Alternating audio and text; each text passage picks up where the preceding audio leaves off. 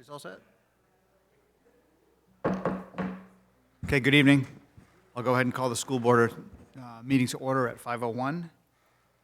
Please let the record show that all school board members are here and the mayor is absent due to a travel conflict. Would you please join us for the Pledge of Allegiance?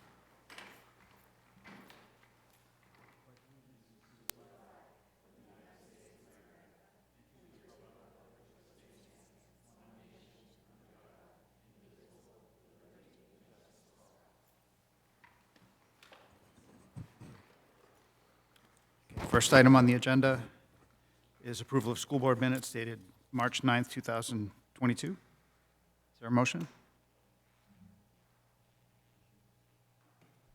Mr. Chair, I move we approve the school board meeting minutes dated March 9th, 2022. Second. Okay, any discussion? Okay, roll call vote. School board member Archie? Yes. School board member Preble? Yes. School board member Richard? Yes. I vote yes. School board member Gale? Yes. School board member Truman? Yes. School board member Johnston? Yes. Motion passes 7-0. Okay, next item is adjustments to the agenda. Do we have any adjustments? Okay, moving on to correspondence. Is there any correspondence this evening? Okay, and that brings us to the public session. Anyone wishing to address the school board, please come to the podium, state your name, and address the school board.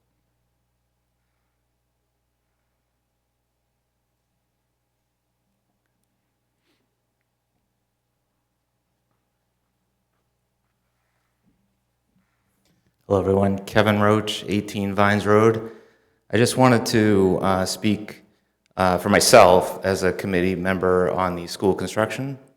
Things have been going, I think, very well, progressing nicely, learning a lot about state process versus if we were going to go do this on our own. We are on the site selection, which goal is to have enough land to account for any program grade configuration we have. We are, looks like we're down to 3 sites. It's exciting. We have, I'd like to thank the city for keeping open the Clare parcels, which are out just beyond the industrial park roads near our buses. Also SMS area. Still might have some potential, but I'm very excited about what I believe is the lead site is the Sweetser land. The Sweetser land is available. It's got plenty of land exits at the industrial park and also out to Public Works where the buses are as well. And I really encourage that when we have our next public meeting, all our meetings are public here at 4 o'clock once a month, but when we go out to the school, I really encourage our citizenry to get out there, not just parents, but all citizens, school officials, and hear what those top sites are going to be described to you. Okay, thank you very much. Thank you. Anyone else?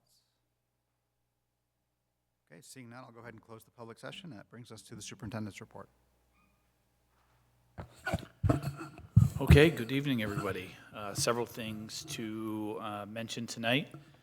First and foremost, the process for the interviewing of a potential replacement at SMS has begun. We have interviews scheduled this week, and hopefully we are on track for the April 12th meeting to hopefully come forward with a recommendation for a candidate. Pool testing is still continuing in schools, and let's knock on wood a little bit, but we are still seeing very low number of positive pools, so things are moving in the right direction. We'll continue to update that piece, but so far so good. And I know that just talking to nurses and stuff, they're like, it's just like really positive about, okay, maybe we're finally over this hump and things will go well. The other night, we got to attend a unified basketball game at Biddeford Middle School with Saco Middle School. It's just a great event. I know that we had a game last night in Wells, and just seeing the smiles on the kiddos' faces is just really important. I know, Jess, I think we're trying to plan something for Tuesday, and as for their next game to get a little school support behind the team, but just absolutely great event. Principals have started to begin to work on schedules and all of those things for next year so that by the time June comes, we have plenty of information to put out to the community and staff about what things will look like next year as we look to be into hopefully a more normal situation. As you all know, we've been heavily involved in the budget process, and we'll make hopefully some recommendations tonight as we look to put our first public hearing or first reading of the budget on the April 12th agenda. Still waiting for health insurance. My understanding is that we could have ranges within the next few days of like, here's the top range in the state, and here's the low range in the state. And then we still hope for that first week of April to have what our local results would be for health insurance. As Kevin mentioned, the building project seems to be going very well, and we're moving in the right direction. Tomorrow, Meg and I will meet with Oak Point and the DOE to finalize the vernal pool study, with the DOE seeming to be willing to cover the costs of those 3 top sites that were spoken about, and that locally we would do one more site just to play it safe. The vernal pool piece is an important piece to see if it's a viable piece of land, and I think our committee wanted to make sure that we had as many bases covered as possible, because if there's a hiccup in a piece of property, we need to know what's left. So we will have those vernal pool studies done April/May based off the weather and when they can get out of the woods, but we're on track to move forward. And then finally, been working with Mike Garrity to have some conversations about, like, we've got a lot of work this summer scheduled, and a lot of pieces to get done around. We still have a lot of cleaning out that we need to do around here, and Mike's been working on that at the middle school, looking at some of the projects that we've talked about, getting some price quotes on painting, and we should have, I think we're next Tuesday or Wednesday, Meg, we're planning to have the desks show up at the middle school so that we can get price quotes and have teachers be able to look at some options if we're able to push that forward so that we can look at upgrading furniture. But a lot of things building facilities-wise that we have on the table right now. Any questions?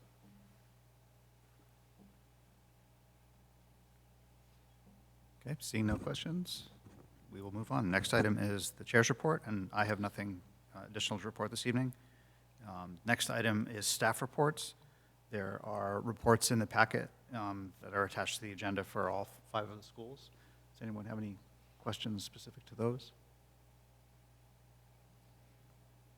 Okay, moving on to subcommittee minutes. There are several also in the packet. Brings us to old business, of which there's none. And then the first item under new business is item A, the Presidential Award for Excellence in Math and Science Teaching. I think I got that right.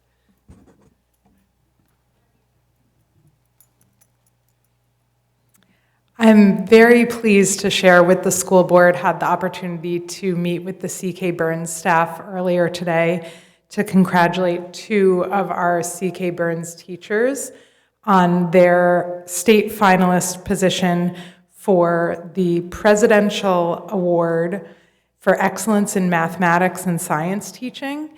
There are up to 3 state-level finalists, and we have 2 of them in our district in the same school, so we are very lucky to have them and very proud of their accomplishments with this award. It was great to hear from some of their colleagues today about the wonderful work that they're doing, and we want to extend our congratulations to both of them tonight. Well done.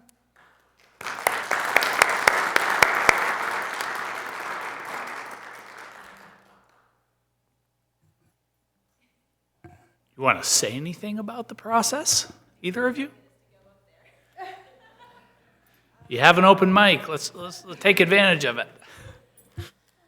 A little bit about the process. It was very rigorous.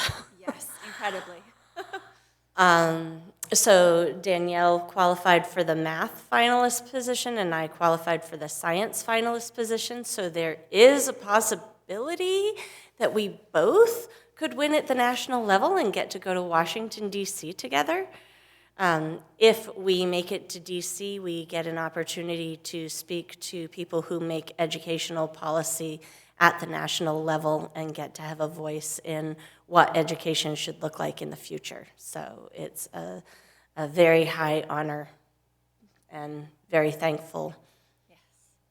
Yeah, it was just an amazing process, just kind of going through and really breaking down what you do every day and kind of really evaluating, because there was a lot of steps to think about what you do and how you do it. And it's a great honor to be selected, even to go forward for the state of Maine as representative. So we're very grateful.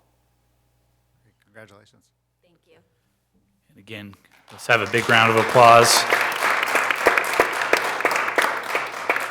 Thank you to Danielle and Holly for representing us so well. And I like the odds. I like the odds on this one. So congratulations. Great. Okay, next item is new hires, which are in the packet as well. Any questions, comments on new hires? Okay, the next item is resignations, also in the packet. And I believe we need a motion for one of them. I move we accept the retirement of Kathy Moody, CK Burns teacher, effective at the end of the 21-22 school year. Second. First and second. Any discussion? I just want to say thank you to Kathy Moody for her service. I actually had the pleasure, my daughter had her for 4th grade, and she still claims that she's her favorite teacher. So hopefully this is an enjoyable retirement for her. I echo that. My son had her for 4th grade as well, and we also had a good experience there. Anyone else? Okay. Roll call vote. School Board Member Archie? Yes. School Board Member Preble? Yes. School Board Member Richard? Yes. I vote yes. School Board Member Gale? Yes. School Board Member Truman? Yes. School Board Member Johnston? Yes. Okay, motion passes 7-0. Brings us to COVID update. So just again in your packet, we've been providing the COVID update that hopefully at some point we will be able to remove from the agenda, but at this point in time, just keeping you updated on positive pools. And I think this week, since we wrote the memo, we might have one positive pool so far in the district. So things are looking pretty good and heading down the right path, health and safety-wise. Okay, that brings us to the next item, which is approval of revolving renovation grants. Kevin, I have budget adjustment first. You do? Oh, yes, I'm sorry. The next item is actually E, the budget review and adjustments. You were ready to skip over the most exciting part. I was. So last week we had a meeting. We've had a couple of budget review sessions. And as we talked about last week, there are a few items that we wanted to discuss a little bit more. And on the memo sheet, I've provided for you kind of a breakdown of where there were increases and decreases in the budget, with the first kind of green, red, yellow, and blue piece is something that is already sitting in the draft budget that you've received. So that's kind of all there, and we've talked about those pieces. As we looked at our review and revision list, there are a couple of pieces that we spent some time on talking the other night. And the first one was about the bus routing software that we've kind of explained that would give some live access to parents to be able to see where their bus is, have the ability for us to monitor the routes, combined routes, has a very public-facing interface, which I'm hoping will make the jobs of our transportation department and our principals easier, so that if there is a bus delay that is 7 minutes, we can put it out from one screen that bus number 12 is going to be 7 minutes late, which might stop 45 phone calls, which would also inform the next school that there could be a minor delay, and that we would be able to push information to parents quickly that way versus, say, Facebook. What we're able to do is, this contract is a software that we'll be buying in together with Dayton and Biddeford, so I can lower the cost. As I've worked with the company, that if we have over 50 buses, the cost goes down to $700 a bus. If we could bring on another collaboration with another community, we could lower that to $600 a bus, and we're about 40 away. And then I think the final benefit is the ability to have turn-by-turn navigation for people who are sitting behind the wheel, whether that be a bus or a van. As we know that with substitutes for buses, I'd be very scared to jump on a bus that I was unfamiliar with the route and relying on a piece of paper of where I need to drop a kid, hoping that having this technology might put us in a position to promote what we have for software to offer to families. To the bus drivers, so they say, okay, maybe this is a place where I would want to be a substitute bus driver, because the ease of knowing where I drop off a kid, I suspect that one of the biggest fears a bus driver would be, okay, I let Jeff's kid off at Jen's house, and it should have been the other way around. So that would be an $18,900 cost added to the budget. The second piece that we've talked about is pre-K special education provider, the SDI. And we know that there is a lot happening with CDS at the state level. And I believe that if we will be able to add a provider that should not cost us any money. However, my recommendation would be to possibly have $20,000 in an offset, just to make sure that, like, if the billing did not work out. Now, I did receive this week from Anne Marie at TA, did receive the budget for special education costs at Thornton Academy, which are lower than what we have in the budget. So I think we could strip that $20,000 away and play it safe.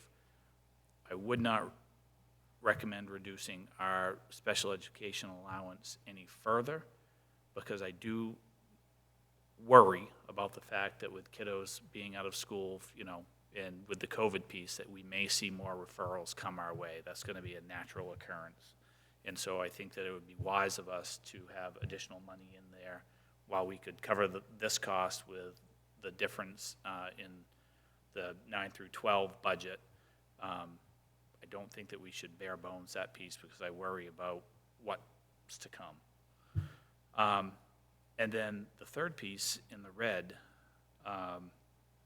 is we talked a lot the other night about custodial and maintenance and where we are as a community, and the fact that as a school department we have one maintenance person for 4 schools. And we were able to do a little a swap around with a custodian that was half-time and servicing central office and the learning center by switching some of the hours from pre-K in the evening, meeting the square footage kind of piece over to that. So we would see a 32, if we reduce that position, we would see a $32,000 savings with a recommended add of a maintenance position in the budget, so that we could start addressing some of the painting needs, some of the repair costs, as we begin to move away from being reactionary to hopefully proactive in our approach in the buildings. While 2 probably is not enough, we know that we need to take steps, and we need to change our mindset of how we approach our buildings as we move into a new elementary school. When you think about the maintenance position that we currently have of one person that covers 4 schools at night, you have 4 different tasks that are in 4 different schools. That's it. Even if they're simple tasks because you're driving across town. Now, as we have talked about in Finance Committee, that we would talk about maintenance things as we move towards, the end of the fiscal year and whether there's money left. As Mike and I talked a little bit more this week and we learned a little bit more about this, one other piece that, and I struggle not being able to look at you all as I speak, one other piece that we have to also consider, and it doesn't necessarily have today, but we need to plan for, we also do not have any vehicles, or we don't have a maintenance van that would have supplies in it. That doesn't make a lot of sense for us, because if you're the person at night that needs to fix plumbing stuff, and then you realize you don't have the right materials with you, you can't fix it until the next time. So I think that we really need to start thinking about, and I've asked Mike when we met yesterday, is to kind of just look at what does our current van fleet look like? Is there anything that's high mileage that we're not putting, so that we can compare some of these things and come back with a solution, because we need to have the supplies and the vehicle and the equipment for people to do the job. I know that one of the other pieces that when we talk about maintenance that hopefully later in the spring we'll be able to come back to you with is just thinking about the facility to store some of those items. We have a lot of small sheds, but we don't have anything that's big enough to store equipment or ladders or some of those things that we need to do so that we can do the job and keep keep the schools running appropriately.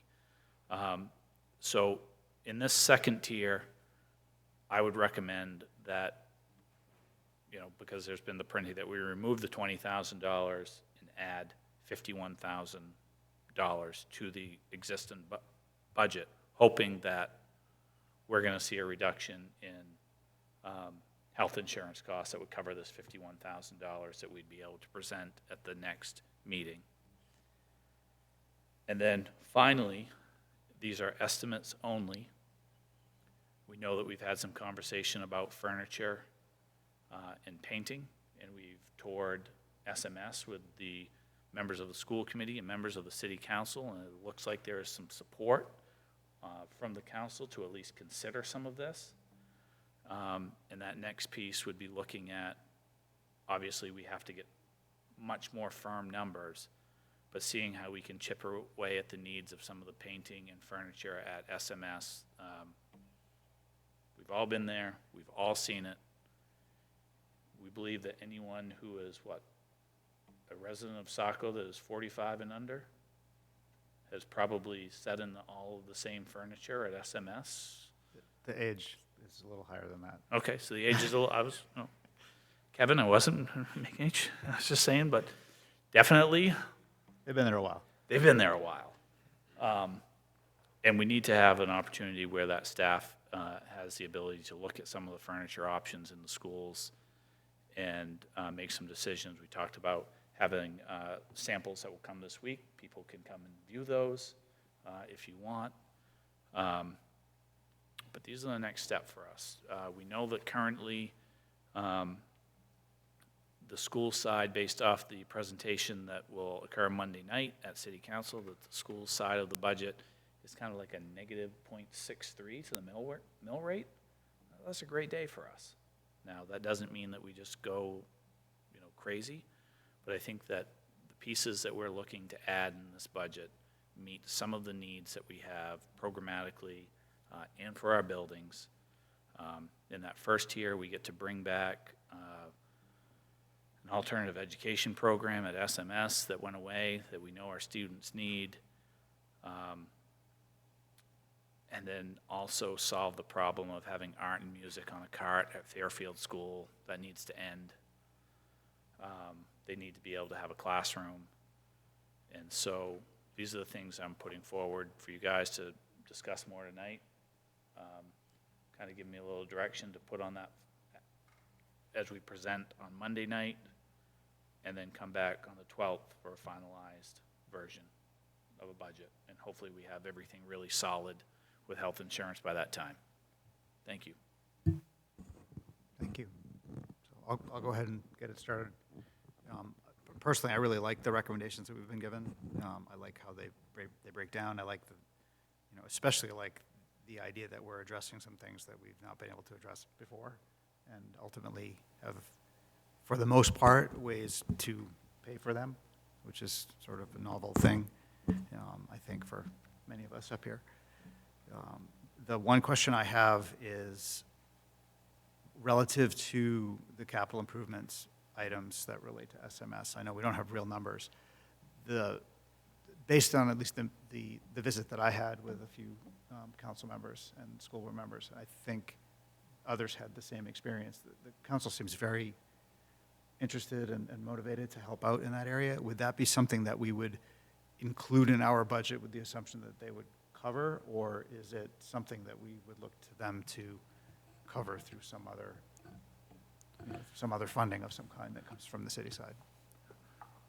Well, I think making a piece like this, an investment like this, takes a partnership between the board and the council. And I think just kind of watching it over the years, what's neat about the experience what we're having this time is there seems to be a lot of buy-in together.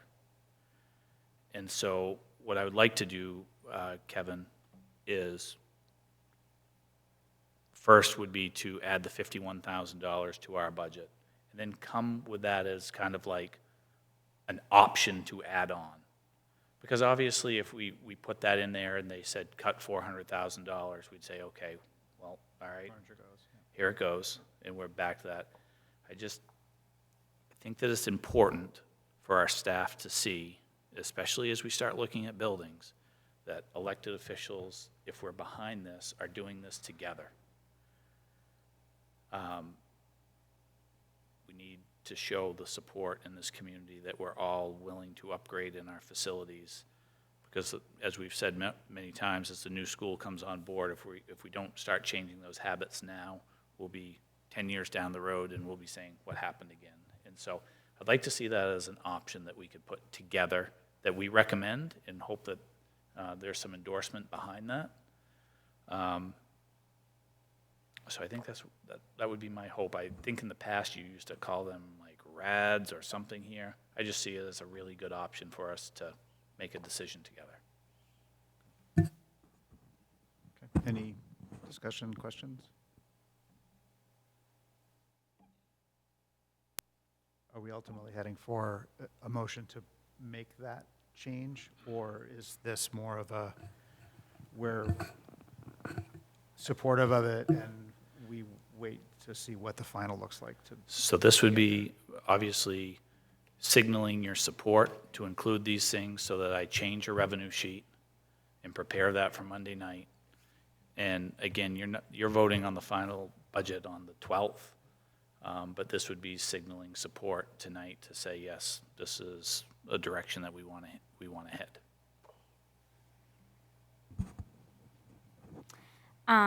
I would be in support of your recommendations. I think they make total sense. I like the idea that we are addressing newer things that we haven't addressed before.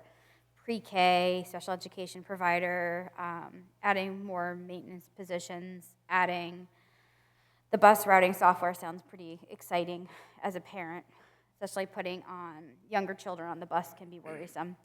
And I'm supportive of all the wonderful things we've been able to add to the various schools, a lot of SMS, some CK burns, and adding more time for social work. I think it's great, so I'm looking forward to supporting that. I'd like to add that I also, I'm supportive of these additions. I think the custodian piece, the maintenance piece is really needed, especially after taking a tour of the middle school. The capital improvements definitely need to happen.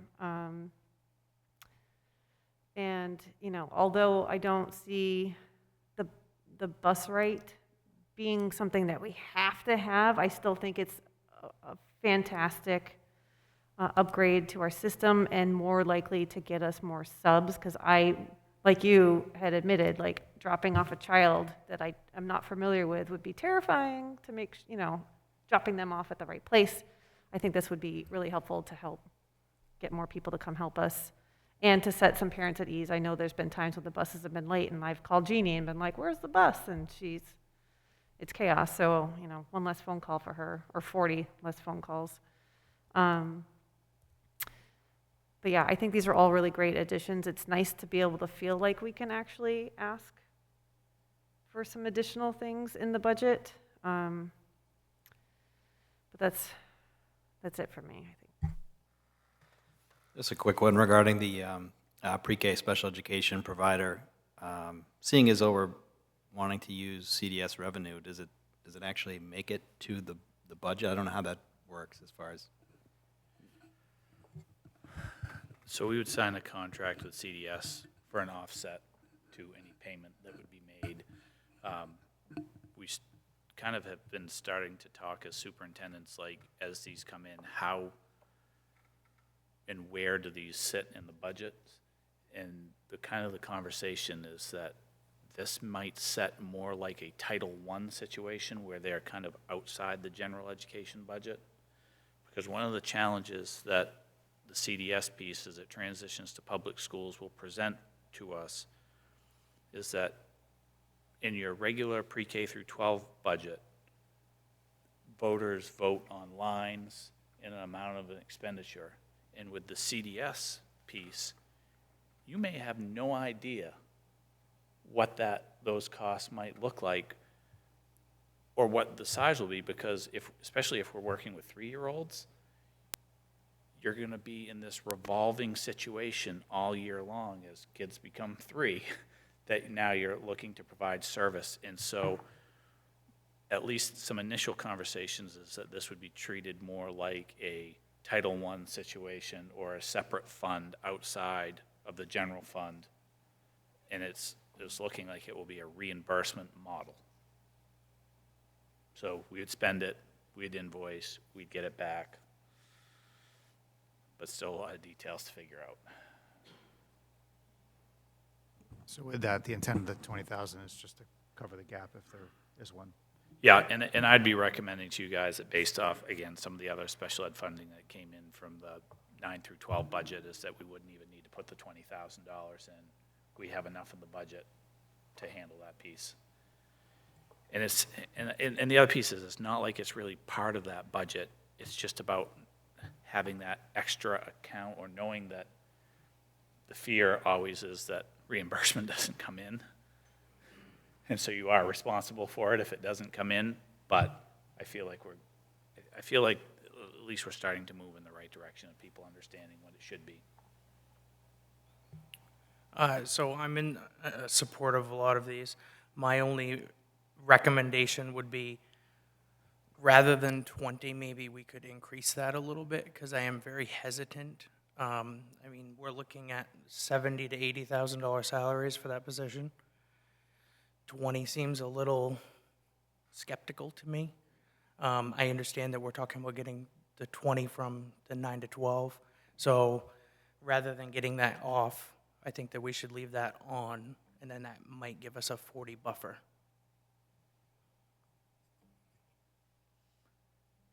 And certainly we can do that. I don't think that we would even need the 40. I think we're going to be okay.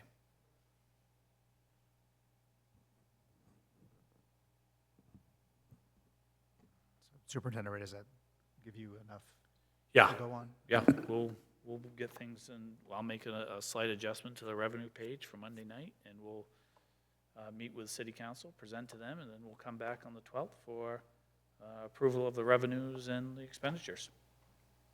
Great. Okay, now, the next item, approval of revolving renovation grants. Okay, as you know, that as part of the budget, we have revolving renovations funds. We've talked about it several times. In conversation with bond counsel, their suggestion is that the school committee did make a motion on the approval of revolving renovations funds. And based off that many times as kind of backup on the ballot. They'll say this was supported by the school committee and what the vote was and by the city council. And so they recommended that we take a vote here, just to show the board's support if they support that piece.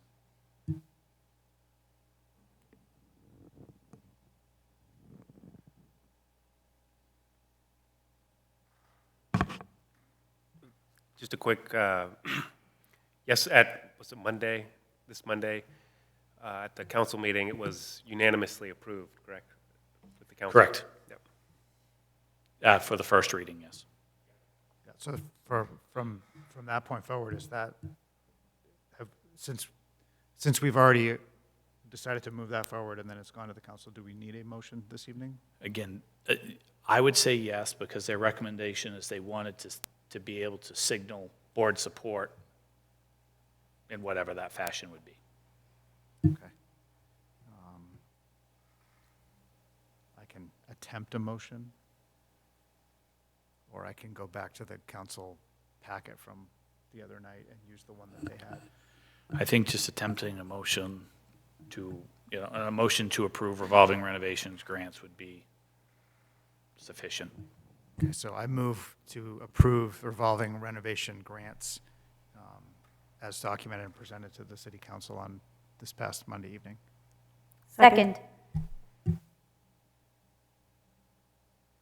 first, second. Okay, any discussion?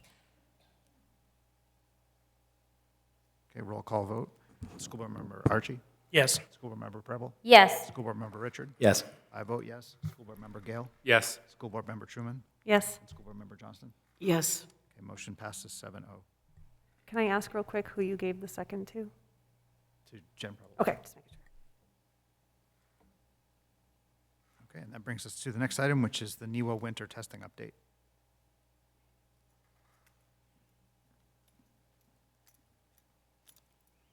I'll just give a very brief overview this evening of the winter NWEA testing information. This is the first time that we've had a full-scale winter administration for NWEA, so we do not have a lot of historical data to see what that mid-year data looks like in comparison. What you'll see on all of the graphs is the fall data, average scores per grade level compared with the winter data for each content area. And then the black stars represent that fall normative data. So when we talked about that in the fall, you can see that our students were performing either just below or above the 50th percentile in almost all content areas, with math being an area where we saw a little bit of a dip in 4th through 6th grade. And as we look at the winter data, we see that we are not keeping up with the winter norms. However, I want to caution us that that normative data, again, is pre-COVID norms, so we don't have a sense of what the normative data looks like in COVID across the country yet. NWA is usually pretty good about putting out some of those reports, but of course they need to summarize all of that data. To dig into the content areas a little bit, in math, we see every single grade level making growth, but not growth at the pace that we would like to see, especially given the recovery that we're looking for students to make, with the exception of 8th grade, which did surpass the normative growth and exceeded their growth targets on average. For reading, we see a similar pattern, growth at every grade level, but not the rate of growth that we would like to see, or that we would see in a normal pre-COVID era.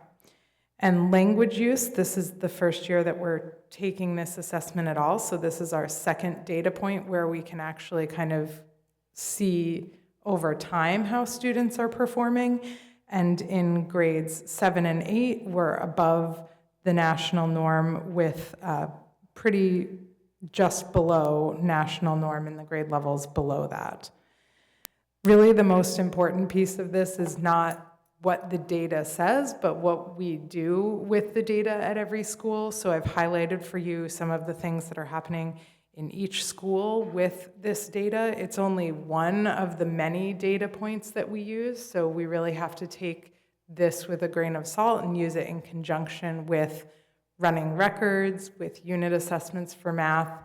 And really what we noticed as we looked at the distribution of scores to kind of dig a little bit deeper than the averages is that we have our high achieving students making their growth targets and our lower achieving students struggling to make their growth targets. So a lot of the work that the schools are doing is really ensuring that the students who need interventions or extra supports are getting those interventions or extra supports, and then looking at those students that were in a low achievement, high growth area and trying to figure out what are we doing with those students that are working and how can we replicate that with other students.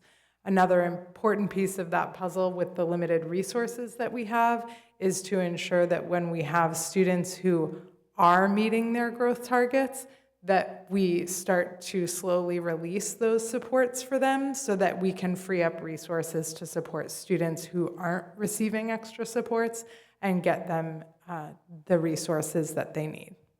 I'm happy to answer any other questions about the data presented. Any questions?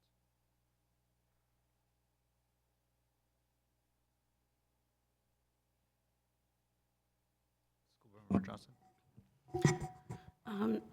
Meg, I know this is kind of a projection question, but do you think that we are going to see the improvements and the progress that kids are making go towards a better trajectory for improvement in the future? I mean, I know we're dealing with different kids with different situations, but in general, do you have a positive feeling about the way this is going, I guess? Yeah, I think one of the conversations that we had with our building leaders was really around where we all were in January, especially with the spike with Omicron. At CK Burns alone, we had over 250 students that had to test outside of the classroom in a makeup test situation for one test or another.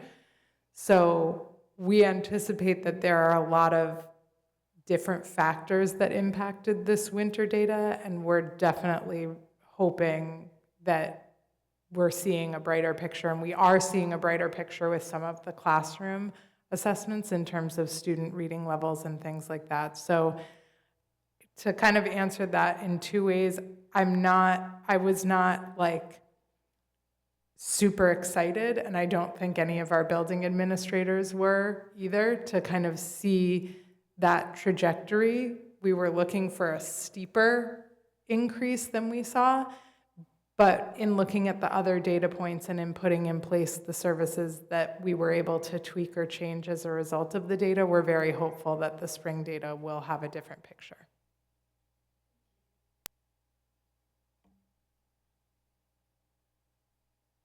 All right, thank you. Thanks. All right, next item is first reading of policies. Is there a motion? Mr. Chair, I move the first reading of policies as revised and reviewed. The following policies: BEDB, Agenda Preparation and Dissemination; BEDB-R, Agenda Format; BEDF, excuse me, Voting Method; BEDG, Minutes; BEDH, Public Participation at School Board Meetings; BEDH-E, Public Participation at School Board Meetings Agenda Item Request Form; BB, School Board Legal Status; BBBDA, School Board Declared Vacancy Caused by Absenteeism; BDB, Board Officers; BCA, School Board Member Code of Ethics; and BG, School Board Policy. Second. Okay, there's a first and a second. Any discussion?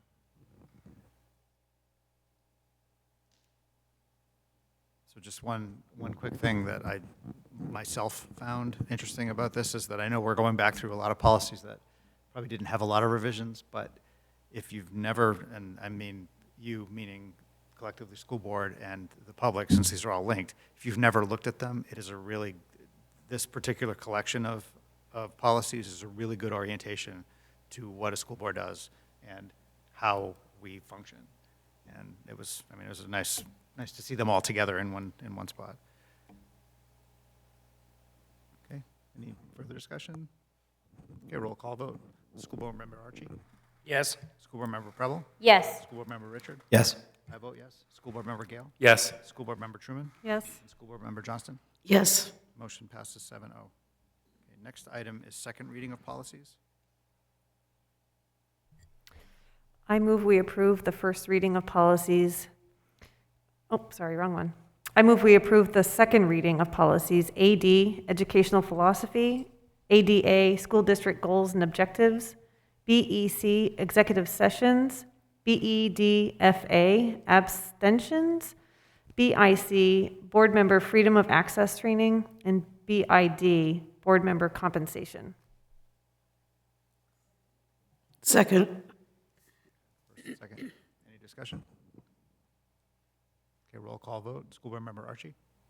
Yes. School board member Preble? Yes. School board member Richard? Yes. I vote yes. School board member Gale? Yes. School board member Truman? Yes. And school board member Johnston? Yes. Okay, motion passes 7-0. Okay, that brings us to other information. The only other information that I have is just a reminder that we have a joint meeting with the city council on Monday, the 28th, at 6:30 right here. Does anyone have any other items? Okay, that brings us to the next item, which is executive session, which there is none this evening. So motion to adjourn. So moved. Second. First and second, any discussion?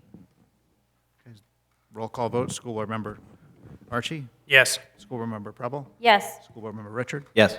I vote yes. School board member Gale? Yes. School board member Truman? Yes. School board member Johnston? Yes. Okay, motion passes 7-0, and the school board meeting is now adjourned at 6:48.